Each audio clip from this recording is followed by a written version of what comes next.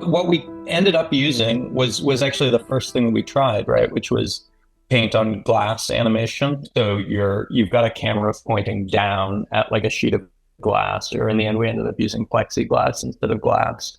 I would paint using gouache on top of the glass, a given frame, and then erase the parts of that frame that are going to move.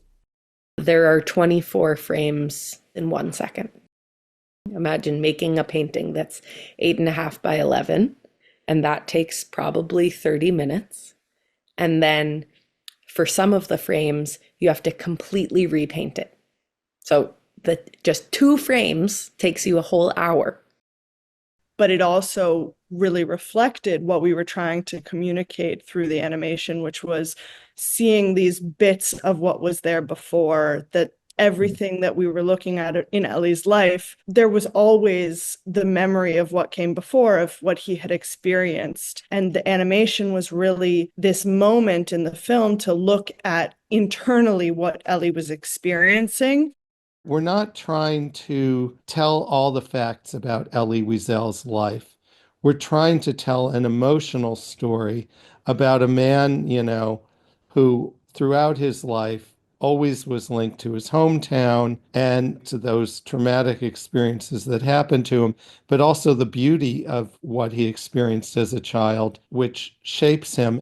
In terms of the editing, the goal was to focus on him in a lyrical way. His life and his story echoes today in terms of his message, but also echoes, intergenerational. So we were trying to show the connections between him as a young boy and then follow those connections and messaging all the way straight through to his son, his grandson.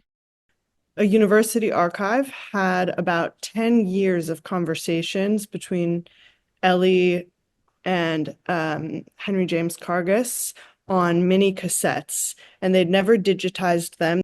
Very early on, I got in touch with them and they said, we don't really know what it is. I've got 2 names and a date.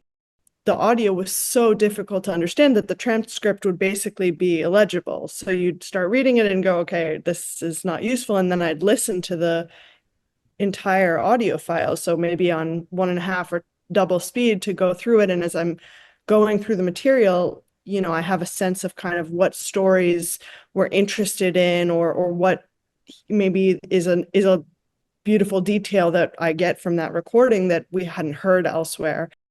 Thing I'm most proud of is finding those kids in Newark who were just so remarkable. I mean, I love everything we did in this film. I love how we worked together. I think it was a really great partnership, but it's always a partnership with other people who are not filmmakers.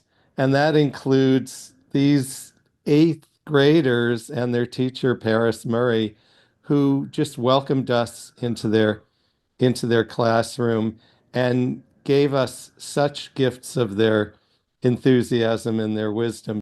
This is dehumanization, because one of the main things that makes a human human is them having the right and the ability to choose. I have to hand it to you, Oren, because I was against shooting there because I thought, well, what could 13-year-old kids have to say about this?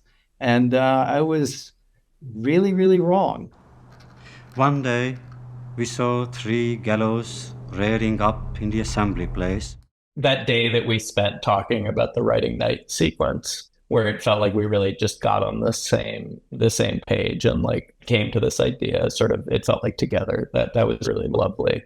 It was really just finding past and present so that moment lived in multiple time periods where he's both imagining as he's going up to his apartment, this scene of the hanging. He's writing it and we're seeing the thing itself happening and him imagining it on the walls of his apartment.